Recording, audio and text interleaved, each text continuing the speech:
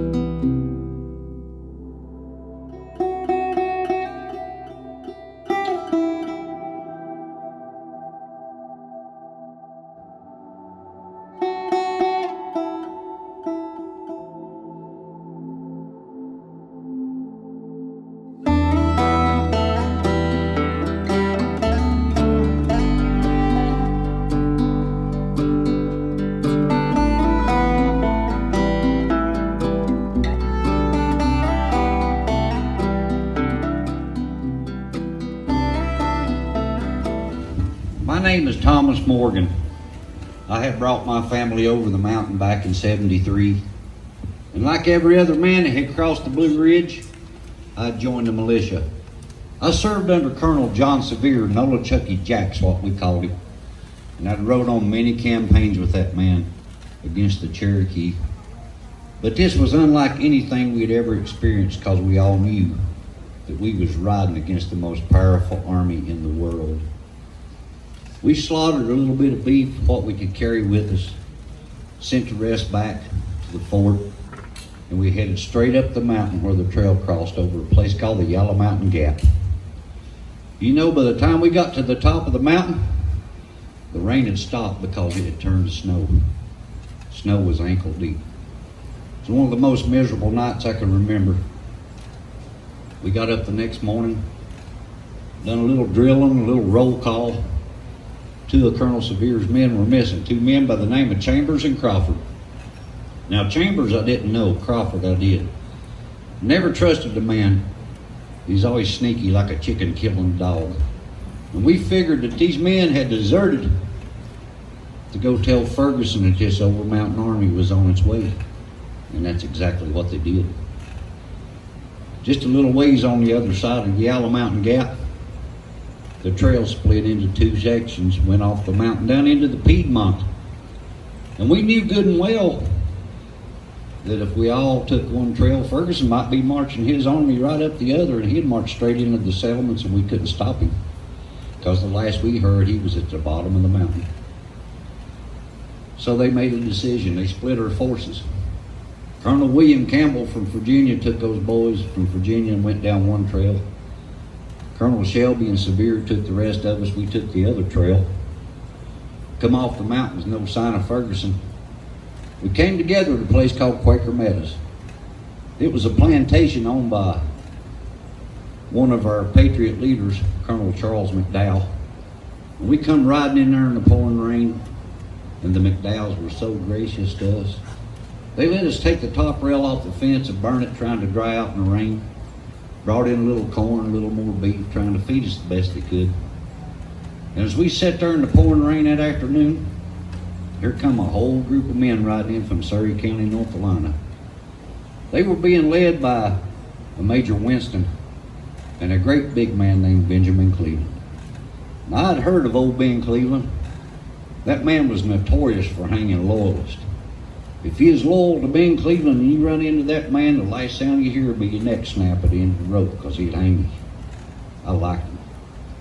And our army was growing.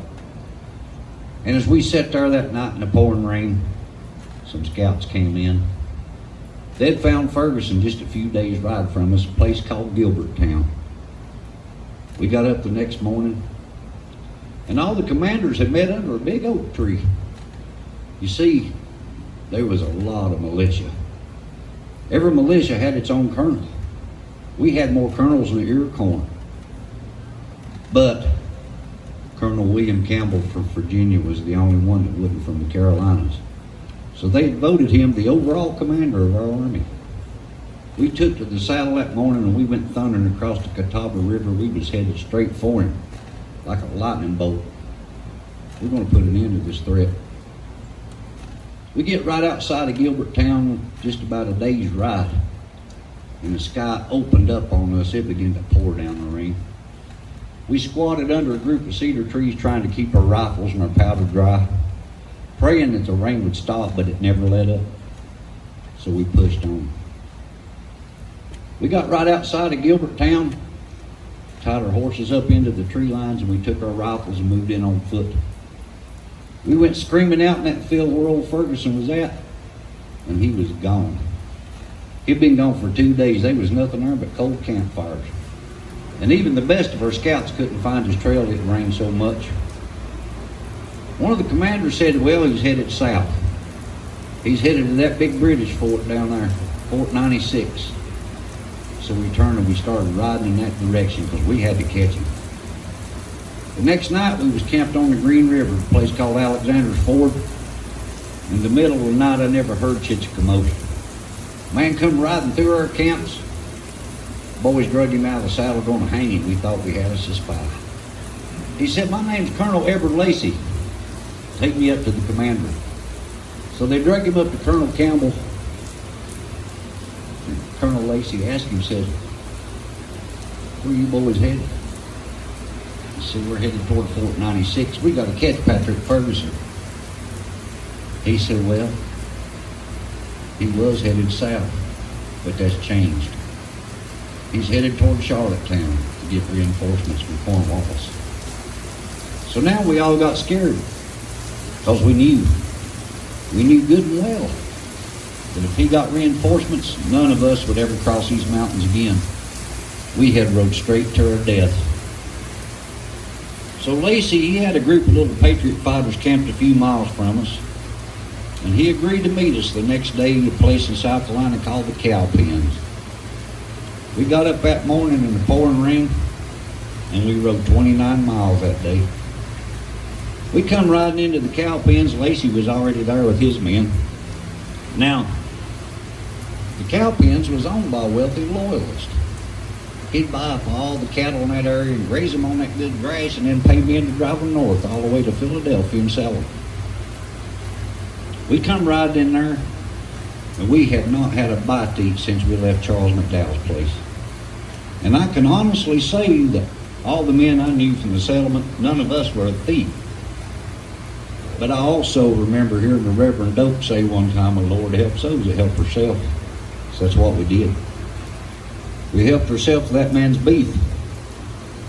We didn't think he'd care a whole lot because we was all starved to death, and every one of us had a rifle. And that was the best meal we'd had in days. And as we laid there on that wet ground in the rain that evening trying to rest, nobody could rest. Because we knew this was our only chance. We would never have an army like this again. As we lay there in the rain, the commanders had got together once again and made a decision. They come walking through our camps that evening and they picked out 900 of the best men. They picked out 900 of the best horses that we hadn't rode to death chasing Ferguson. And at 9 o'clock at night, we took off in the dark in the pouring rain looking for Ferguson. All night long we rode through the darkness. Couldn't see the horse in front of you, but we wouldn't let up because we had to catch him. We crossed the Broad River in the middle of the night. It was completely flooded. We put our strongest horses downstream in case any of the men washed out of the saddles. The next morning, we rode up on a little homestead, a little house. We had a young man traveling with us. He's quite a little character. Enoch was his name, Enoch Gilmer. Little Enoch rode up to the commanders. He said, "Hey, I got an idea. If you let me ride over to that house, I'll find out where Ferguson's at." So we all laid back in the woods. Little Enoch rode across the fields to the house, tied his horse up, walked up on the porch and knocked on the door. And there were two women living there. One of them opened the door and little Enoch looked as tough as he could. He said, "I'm looking for Patrick Ferguson. I want to join his army." That lady said, "Well, I know exactly where he's at because we took him eggs. He's on Kings Mountain." Now the men give little Enoch just about enough time. They figure he found out what they needed. They busted in that house and grabbed him, going to hang him as a traitor. And them women started squalling, "Well, don't hang him. He's just a boy." One of the men spoke up and said, "Well, not to offend these lovely ladies, let's take the little rascal down the road and hang him." So they drug him out of the house where the women couldn't see him. The commanders called him up and said, "Enoch, did you find Ferguson?" He said, "Yeah, he's on Kings Mountain." So now we knew. We knew exactly where this rascal was at. And we was riding harder than we'd ever ridden because his threat was going to end, and it's going to end today. About lunch, a lot of the men were starting to get tired and they wanted to stop and rest. And old Isaac Shelby from up on the Holston settlement, he come riding right through our lines. He said, "Rest.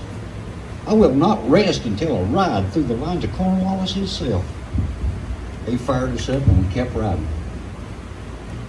Now, right before 3 o'clock, by the grace of God, the rain had stopped. And we were at the bottom of Kings Mountain. William Campbell and those boys from Virginia, they took the front of that little mountain. Colonel Isaac Shelby and the boys from the Holston settlement went around this side. Cleveland, Lacey, other commanders took the back of the mountain. Colonel Sevier took us boys from the Watauga, and we went around this side of the mountain and we had him. He wasn't going anywhere. We hit that mountain the first time, and they drove us back. We hit that mountain the second time. We went a little further, but once again, they drove us back. But the third time we hit that little mountain, we went almost to the top. You know, a lot of us older men remember when we come over the mountain and settled, when we started having trouble with the Cherokee. When they would attack the settlements, they'd come screaming out of the woods. It would make your hair stand up. It would make your skin crawl. So as we hit that mountain the third time, we were screaming our heads off like the Cherokee. But not only were we screaming like the Cherokee, we were fighting like the Cherokee because we had learned so well. We was hiding behind the trees and rocks. We'd step out and fire, step back and reload. And like I said, we went almost to the top. We was so close on, some of the boys was fighting with their knives and tomahawks against their bayonets. And sure enough, there was Ferguson. He was on a big white horse. He had his saber in one hand, 2 silver whistles. He was riding back and forth on that little mountain, barking out commands to his men, blowing those whistles. A lot of his men seen that we was overrunning them. They'd try to raise up a white flag and Ferguson come right by and just cut it down. Now, to this day, I cannot tell you if he's trying to escape. I cannot tell you if he's trying to rally his men. But what I can tell you for a fact is he got too far on the south side of that little mountain that day.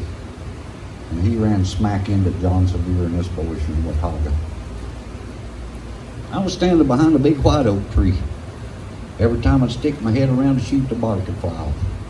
I could hear all the lead rifle balls whistling as they passed by. The air was completely full of gun smoke. We couldn't even really see who we was shooting at, but we wouldn't let up shooting. There was a young man right over from me that day. John Gilliland was his name. Little old John had been wounded 3 times and he's still at the top of the mountain. I heard him say, "Here comes Ferguson." He raised that rifle. He took a real careful aim, and when he pulled the trigger, it went click. It misfired. But there was an older gentleman right over from him that day. Everybody in the settlement knew this man. Robert Young was his name. Old Robert was 62 years old. Now, for you folks that don't know, Robert had named his rifle after his wife, Mary. But he didn't call his rifle Mary. He called it Sweet Lips, because that's what he called Mary. I seen old Robert raise that rifle. He took a real careful aim. And I heard him say, "We'll see what Sweet Lips can do." And when he pulled that trigger, Ferguson came out of the saddle. But his foot was hung in the stirrup, and his horse spooked. You know, by the time the boys got his horse stopped, he had 8 more holes drilled through him. Ferguson told his men when he got to Kings Mountain, he said, "God Almighty and his angels won't take me off this mountain." He had no idea how right he was, because that's where we left him. Every man that was fighting with Ferguson that day was killed or captured. And they were 28 patriots that never seen the sunset that day. We camped at the bottom of that little mountain that night. And to this day, I can hear the sounds of the wounded and the dying. The next day, we started marching the prisoners north toward the Yadkin River. A few days later, we sent some boys marching them on, the rest of us cut, and we headed back over the mountain. You know, it took about a week for Cornwallis to find out we whipped old Ferguson so bad. But when he found out, well, he turned tail and he ran like a scalded dog. He had no idea where this band of rabble he called us, this Overmountain Army, had went to. As a matter of fact, the last we heard of Cornwallis, old Nathaniel Green and Dan Morgan was running him ragged all over the mountains, and he was headed back toward the coast. But us Overmountain men, we came right back over the mountain. We come over here to raise our crops and to raise our family. But the most important seed we ever planted was that day on King Mountain. Because within an hour and 5 minutes, we planted the seed of freedom. Because if you think about it, what we did that day, it was nothing short of a miracle. Because there was a band of 900 starved, exhausted, hunters and farmers, volunteered to the very last man. We stopped and we forced the retreat of the most powerful army in the world.